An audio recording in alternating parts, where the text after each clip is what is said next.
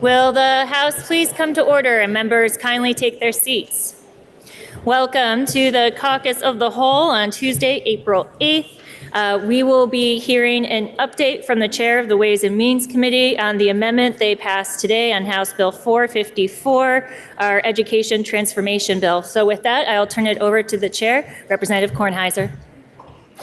She will present and then we will take questions after.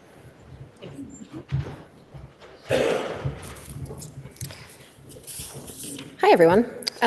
So in H454, as you heard last week from the chair of the Education Committee, we are setting in motion a very significant change in how we construct our education system and how we fund our education system. And this bill and the timeline that it's on starts where we are, not where we wish to be. And the section that Ways and Means worked on, naturally, moves our education funding system towards the future with a more fair, stable, predictable funding model. So with H454, Vermonters will know when they vote their budgets, when they design their budgets, when they work with their district and their schools and their teachers with their students, that they have the resources that they need to meet the moment, and they'll know what their property tax bills are. Both of those things are significant improvements, actually sea changes across the state. And there are many details that go into that. So the strike all amendment that we made to H454 has 4 different sections. And it also has a number of pieces that we put into motion for action next year and the year after, pieces of this significant puzzle that we need more time to complete. And so I'll touch on some of those too.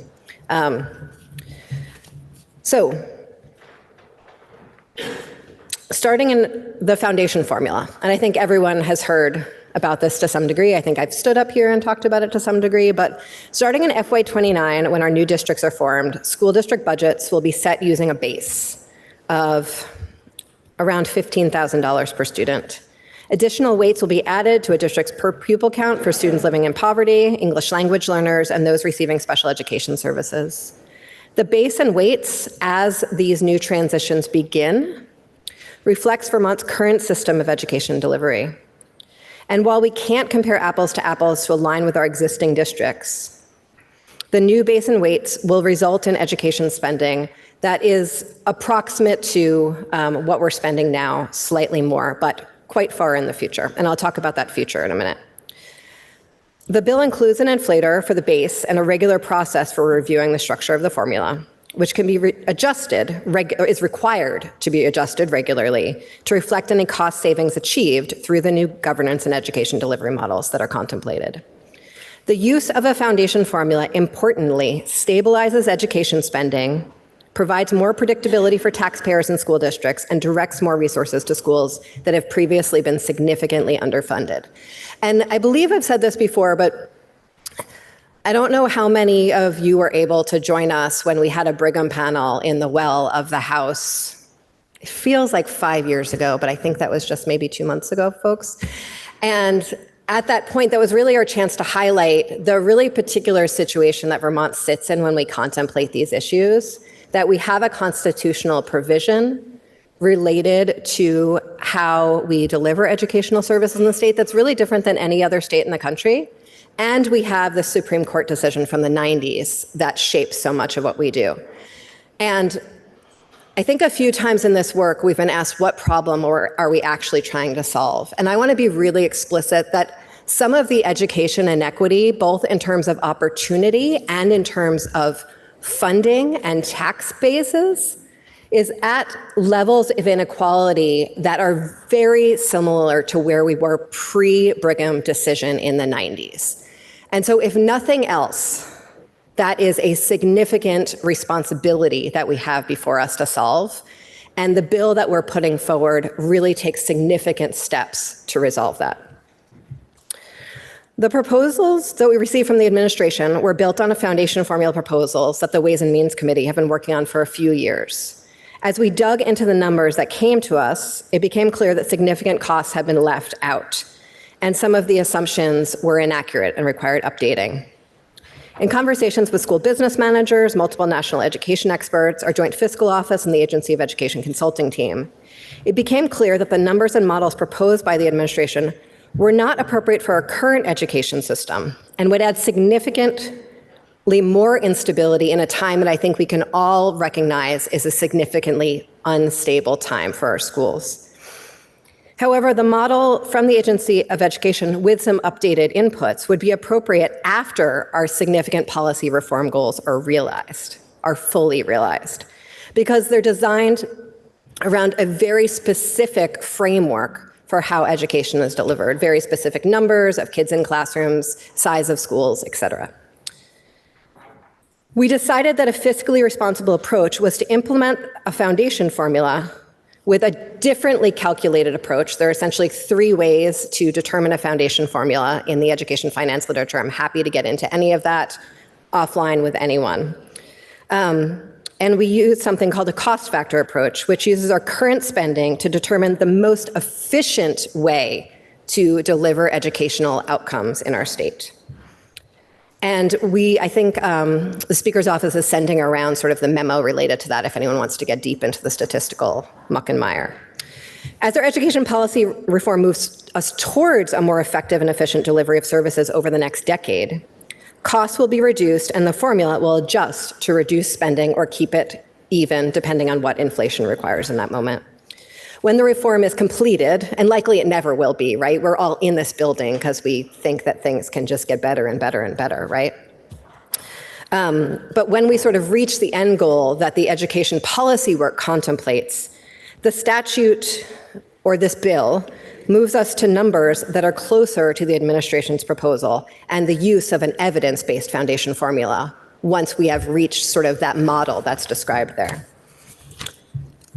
As our education policy work is realized, the significant work that the Education Committee did and that you heard about last week, more effective special education delivery, greater economies of scale, aligned technical supports throughout the state, the foundation payments will shift towards an evidence-based funding model, as I said, reflecting the lower costs of our future state of education delivery. However, we cannot force policy through fiscal scarcity. That will just cause chaos. We must have the fiscal policy follow the significant education policy reforms that we're doing and reinforce that work.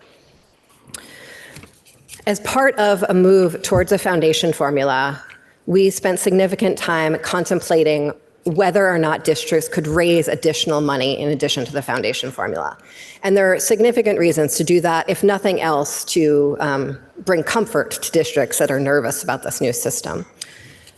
And to approach some of the, to give space for some of the uncontemplated pieces of expense. However, there are significant concerns about equity when you allow just local spending on local grand lists, and that's why that's sort of core to the Brigham decision. And so in this bill, districts would be able to raise additional funds of up to 10% of the budget produced by the foundation formula. But in order to maintain the equity created by the foundation formula and stay aligned with the Brigham decision, all districts who choose to raise supplemental funds would be required to do so based on a formula created using the tax capacity of that district. The tax capacity of the district with the lowest tax capacity. That's the one with the smallest grand list, the lowest value grand list. And for all but the lowest tax capacity district, those raising supplemental district spending would generate excess funds that would then be recaptured into a statewide reserve used to lower property taxes for everyone in the state, and then, to use a very technical term, waterfall, move into a school construction fund in order to further the goals that we have of schools that are meeting contemporary, current modern standards. If a district chose not to raise supplemental district spending, community members would not have to vote on a school budget. There are other pieces of the work intrinsic to this bill, because this is just the spending side. However, we need to look at the tax base side, the strength of our tax base, and then how those taxes are levied. And so in order to strengthen our tax base, there are two other elements to this bill: property classification changes and a change to our statewide reappraisals. Property classification is currently the tax code only breaks properties into homestead and non-homestead. I think everyone knows that. Some folks assume that non-homestead means, I don't know, everyone has their own theory about what non-homestead means, but really it's everything but a homestead. That's everything from a camp to a parking lot to a field to a $2 million second home. It's just everything but a homestead. And in some districts, the non-homestead rate is higher than the homestead rate, and in some districts, the inverse is true.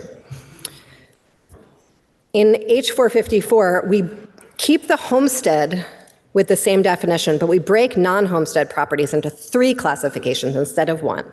Apartments, which is any rental property that is available for full-time residential use, used full-time residentially. So that could be a house, single-family home that is rented the majority of the year, or it could be a 50-unit apartment building or a condo. Residential, non-homestead residential, and then non-homestead non-residential. These more refined classifications will allow more flexibility in the future to keep all four classes uniform or tax different types of non-homestead properties at different rates to meet policy goals. Again, that's in the future. The bill before us does not set different rates and it is not contemplated for a number of years that we would be able to do that. The second piece on strengthening the tax base, the property tax base, is statewide reappraisals. Right now, there's a significant backlog of towns that have not been able to reappraise their grand lists for many, many years. Those of you who have been in a district that recently reappraised after many years of not reappraising might know the chaos that can ensue, the deep sense of unfairness on the part of property taxpayers.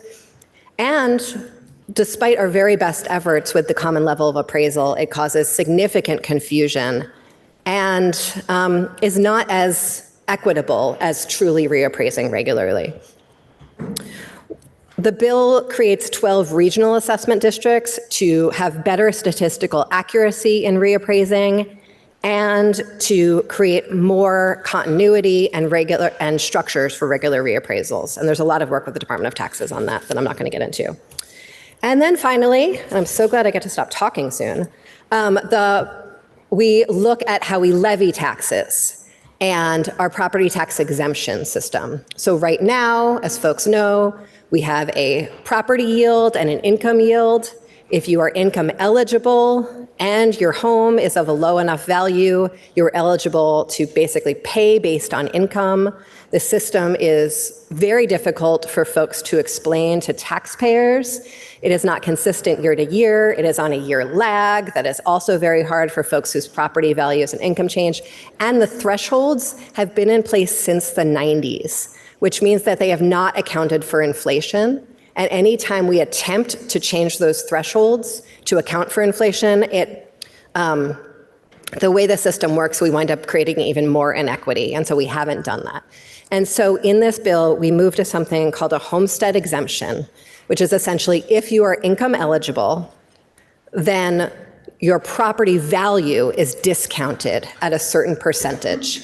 And what that means is folks will be able to know what their property tax bill will look like at the time that they are voting and making decisions, and even in advance of that, which feels both like a huge change in terms of process and transparency, and removes the significant cliffs that we have in our existing system, especially as property values have gone up and up and up in some areas.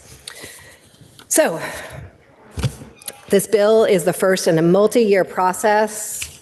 We have a really incredible timeline that I believe has been sent around to all members. I've really lost track of my email these last few days. I'm sorry if you've sent me one. This has been sent around to all members. It really gives you a sense of how the fiscal policy aligns with the educational policy. And if you have questions or confusions about it, sometimes we're on fiscal year, sometimes we're on school year, sometimes we're on calendar years. And so this is a really great guide for getting your head around the work. The bill was referred to appropriations today. It is likely going to be voted out of appropriations today. And if that happens, would be on the floor Thursday and Friday for a vote. Thank you. All right, let's open it up for questions.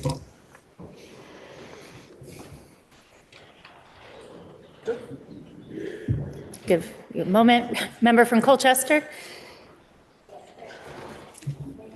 There you go. Can you hear me? Yep, okay. Can you give an example of the town that votes a 10% higher budget? I kind of want to just follow the money stream there. And do they get the whole 10% or is a portion of that taken out? So the system for the supplemental district spending, and I just want to be clear that all of these changes will not take effect until the new districts come into effect. So that's quite a few years down the line, because we need to decide on the final districts this summer and next legislative session, all of that. And so these new school boards that will do this, the district that has the lowest grand list value would be able to raise that 10%, and that full 10% would essentially fund, would be at the cost, sort of the more real natural cost there. For any other districts, the amount of money that they would raise on their grand list would be essentially prorated based on the difference between that district's grand list and the grand list of the lowest grand list. So that difference in what they can raise based on their grand list and what that lowest paying district can raise based on their grand list, that difference in revenue raised would go into the special reserve fund. So essentially everyone has the grand list spending power of the lowest district, but some will be adding additional revenue into the education fund to lower property taxes for everyone. All right, so we'll go member from Franklin, and then Stowe, and then Northfield. Member from Franklin. Well, I was curious over the weekend. I looked at documents that came from you. Could you tell me? I'm looking in how this base was calculated, looking towards the statistics, and you mentioned maybe the speaker was going to send something to us. So I was curious about how the 15,030 number was derived, and also curious how it is that the English learner value is precisely the same if some formula was being calculated.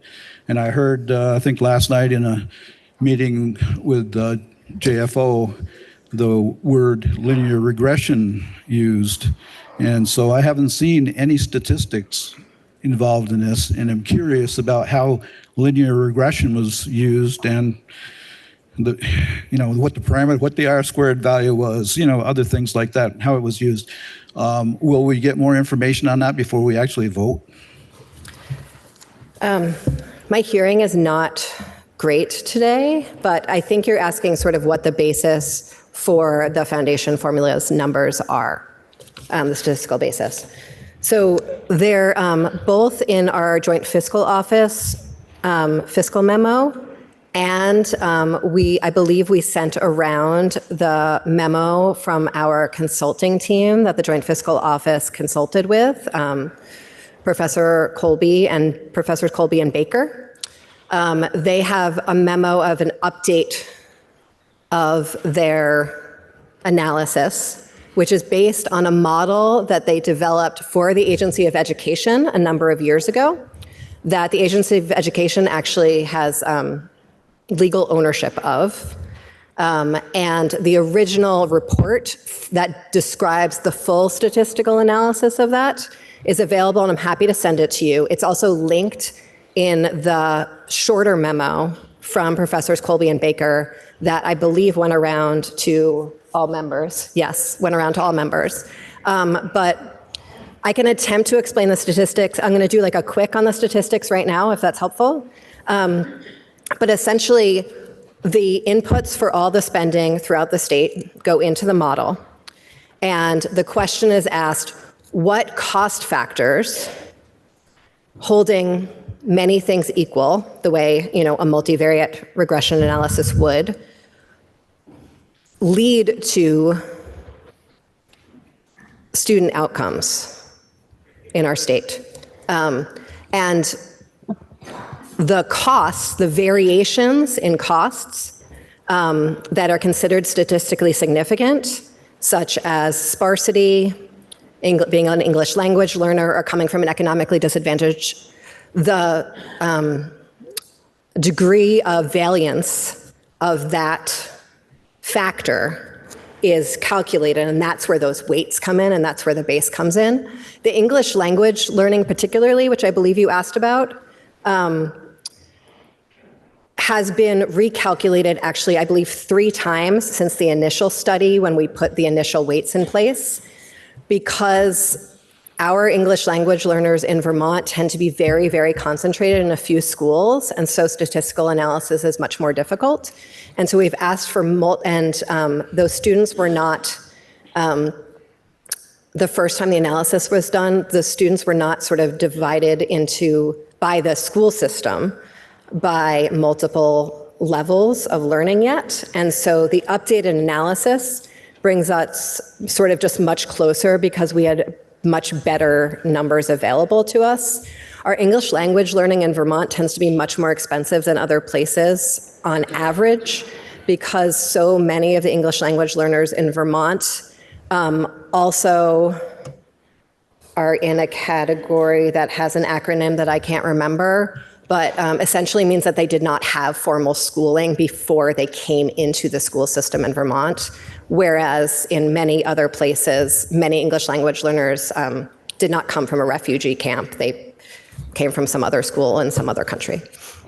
Okay, thank you. I understand that. I heard you use multiple regression, and what I'd heard was linear regression. So I need to see that memo. I've seen the JFO memo that you spoke of, but I haven't seen anything defining, describing any statistics.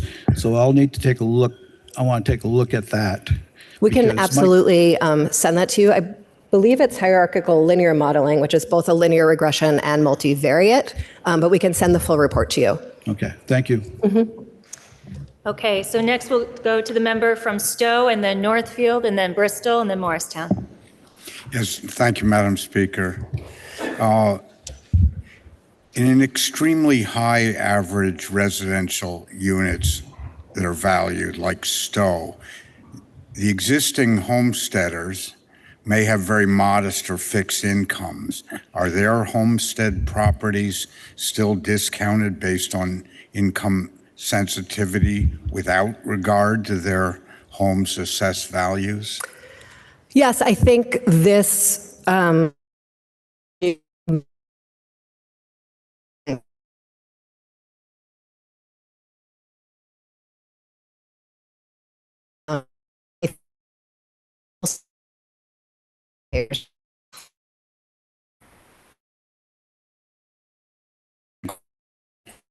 Which is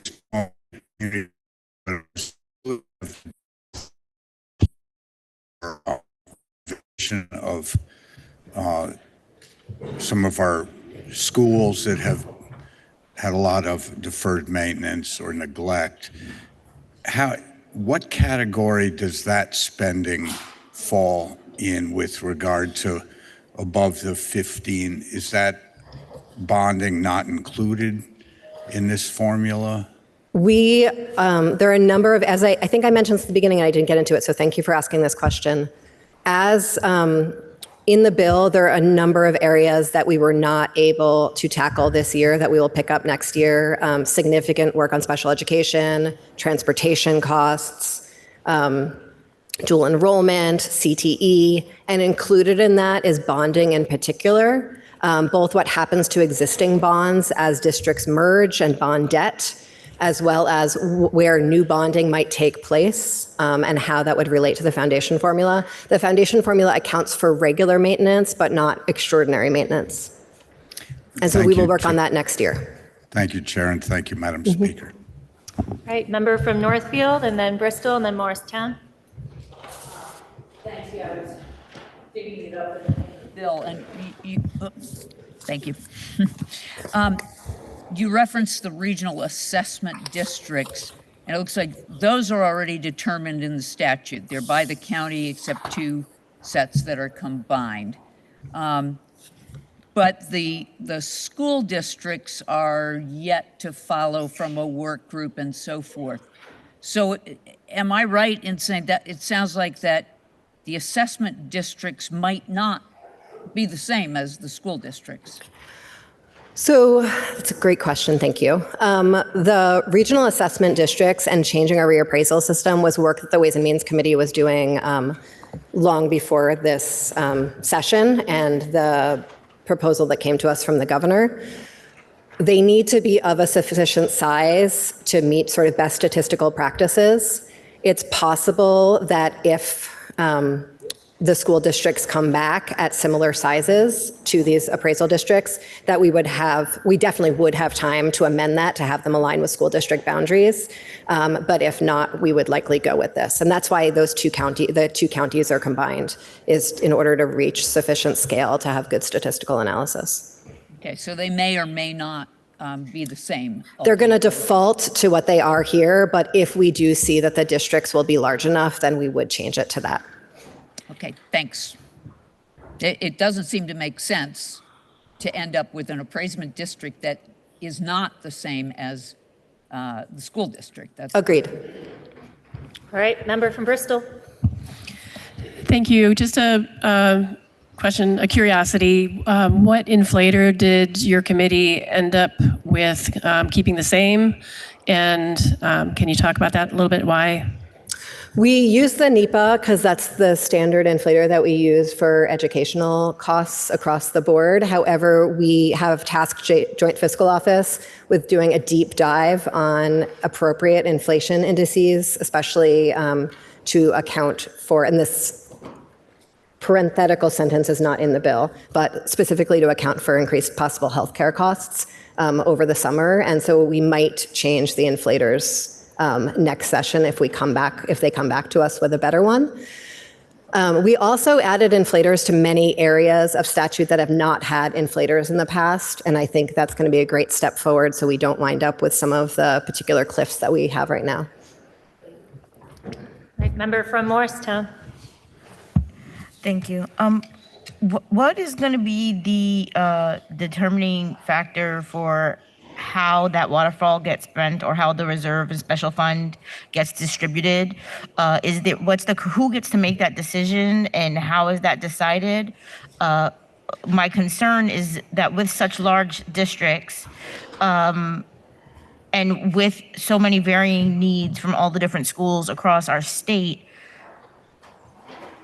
some of that inequity that we have now, especially when we talk about, it's sort of similar to the member from Stowe's question in regards to spending, and I understand that it's going to be primarily the basics. So once you determine outside of that, there's schools that, as of now, are not at the basic foundation with other schools. So who gets to make the money on what is considered priority when looking at distributing those special funds, and how is that going to be determined? The Education Committee's language there's a significant portion of that related to school construction and a process for making decisions regarding school construction. And so I would defer to Representative Conlon to answer that question in greater detail. I think you had a different question. Does that answer your question, how the school construction money would be spent? No. Oh, thank you. About the special fund. Yeah. And the Supplemental waterfall, district spending. and who gets to determine where that goes, and how is it prioritized? So right now, it's anticipated that the bulk of it would go into the school construction fund. And then how the school construction fund is prioritized is spoken to in the Education Committee language. It's possible that there's so much that we are not, there's so much instability in the system right now. And so we might make decisions in the future about more of that going to offset taxes if needed. But right now, it's anticipated that the bulk of it would go into the school construction fund and then be decided according to the Education Committee's language.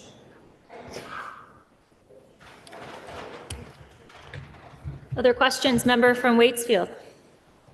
Yeah, thank you, Chair Kornheiser, for your work and your committee's work. Can you I'm not sure I understand the difference or the shift from, so in fiscal year 29, we will go to a foundation formula. And then at some point, we will shift to an evidence-based formula. And I'm unclear about when that happens and how that changes the base or what that does affect. So we begin the new work of the new school districts and the new school district boards on this first foundation formula and its construct, because we know that many of the cost savings that we anticipate with the Education Committee's policy work will take multiple years to bear fruit. So there's some of the, I don't want to call them quick wins because they're also going to be a bit of a slog, but school district consolidation, right? Minimum classroom sizes. But we know that many of those minimum classroom sizes can't be realized yet until we have different school buildings with different walls, right? We know that special education costs right now are very out of whack, essentially, and it takes significant on-the-ground work to change special education costs because so many of them are determined by individual contracts between a school and families, right? IEPs. We know that the initial cost savings of school district mergers are often need to be spent on the costs of the merging, right? And so we know that some of these changes that are going to bear significant cost fruit will take multiple years of the new district to be able to fully realize. And so at that point, when we reach very specific thresholds, around 90% of class sizes meeting these class size, 90% of classes meeting these class size standards, 90% of buildings meeting building parameters, 100% implementation of MTSS, which is the special education reform we're doing, then our schools will look like the model that's in that evidence-based model, and it will be appropriate to fund in alignment with that. Member from Derby. Thank you, Speaker. My question circles around on the local budgets, and you're coming to the end of the year now, as many schools are, and you're looking at some schools have a surplus. A lot of these surpluses are moved into contingency funds, a capital fund or whatnot. And some of them, much to my chagrin, it's happened on my board, are spent on special projects. Kind of like the Balance Adjustment Act we have on the budget every year.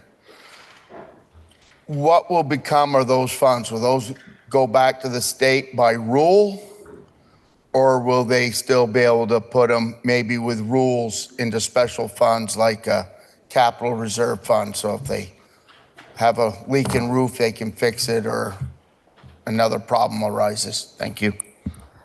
You've hit upon one of the very specific things that we're going to figure out next year. So we have a sense right now of what the total bonded debt is across the state from district to district and need to figure out how that will be carried in new districts. And similarly, next year, we need to do the exact same thing with reserves. It's a really important piece of the puzzle because it's a source of pretty significant inequity from district to district. And we want to make sure that as we make the transition, we're sort of starting fresh to some degree. Any further questions? You've got two. Oh, there we go. Member from Starksboro. Thank you, Madam Speaker. This may be a question that's premature, but I'm wondering if GFO has been able to develop, say, any performers around how the construct will apply to particular districts and understanding that different weights will be applied, or is that something that is kind of to be determined? For the purposes of trying to get our heads around what this meant tangibly, we modeled it on what was essentially imaginary new districts that have no policy valence at all. but seemed like a good place to start. But we did not model it based on the existing districts because they will never be applied to existing districts. And so that's available. The Joint Fiscal Office is actually putting together a folder on their website that is specific, that includes the fiscal note on this, but also includes all of the various presentations that are relevant that they have given us on this all in one place. So you don't have to go digging around on our committee page for that. And so you can find that analysis on there. So do I take it is there right now a specific document that shows that typical district, I guess, on the JFO website? Yep. Oh, thank you. It's under Julia Richter's name. Member from Chester. If I could ask, Madam, just a simple question for clarity, because it touches on the issue that I get asked about most frequently. I'm looking at the transformation timeline under July 1 of this year, 25. Reading school closure may require designation. How do I explain what that means to my constituents? That is a wonderful question for Representative Conlon. Oh,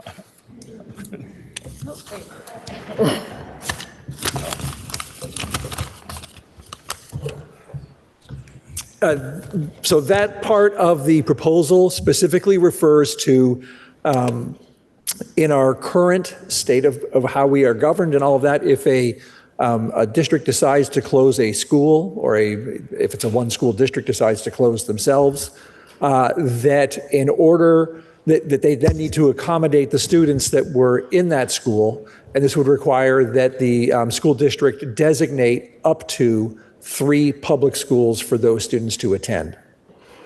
Again, it's designed to really keep public tax dollars within the public school system in order to gain efficiencies and gain scale.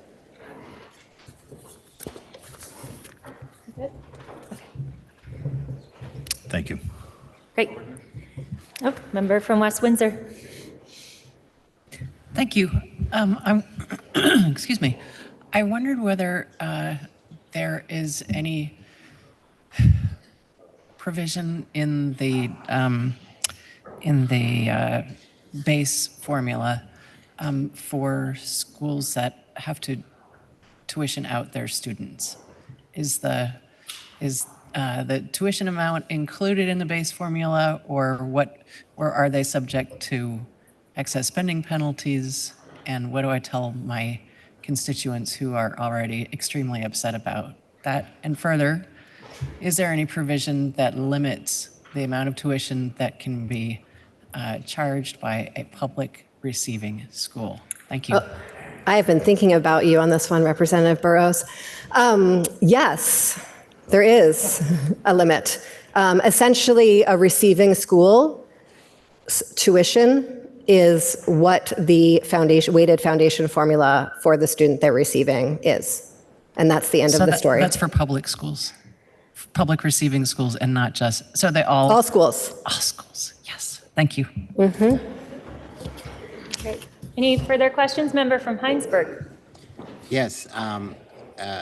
Forgive me if it's in there somewhere, but no. Is there any discussion at all at this point of support or guidance for towns that end up closing their schools? There's the one provision that Representative Conlon spoke to. We would really very much appreciate if the Commerce Committee would do some. Sorry. Just going to jump in here because there's been some conversations and someone's been sick outside the building. So the Committee on General and Housing will be looking into opportunities with other organizations and nonprofits on how to do something with those buildings to support the communities, whether it's a community center or childcare. The committee, just talking with the chair last week, will start digging into that. Thank you. Sorry, Mike. Member from Wilmington. Oh, that's Whitingham. Hi. Question for you about adult education. How is the foundation formula formulated there? How's the foundation formula what? Formulated Oh, for adult for education? adult ed, and That is a project for next year, specifically in the bill, named as a project for next year. okay. Whitingham. My apologies, member. Any other questions? Member from Franklin. I did find the memos that were sent, but I still don't see anything in there about any kind of regressions, or any output, or a definition of the methods used. So I don't know if you can help me maybe later on. I'm going to send you the full report. The memo is just an update on the full report. Thank you. All right, we will get another email out to members with more of the documents that were produced today and the ones that we sent out last night. I can send out again. Just a reminder for members that there are education office hours on the Ways and Means Amendment today from 3 to 5 in the cafeteria. Representative Kornheiser will be there. And then tomorrow from 10 to noon, Representative Kimball will be in the cafeteria. So please keep on asking questions. I don't see any other hands or anyone standing. So with that, we'll adjourn.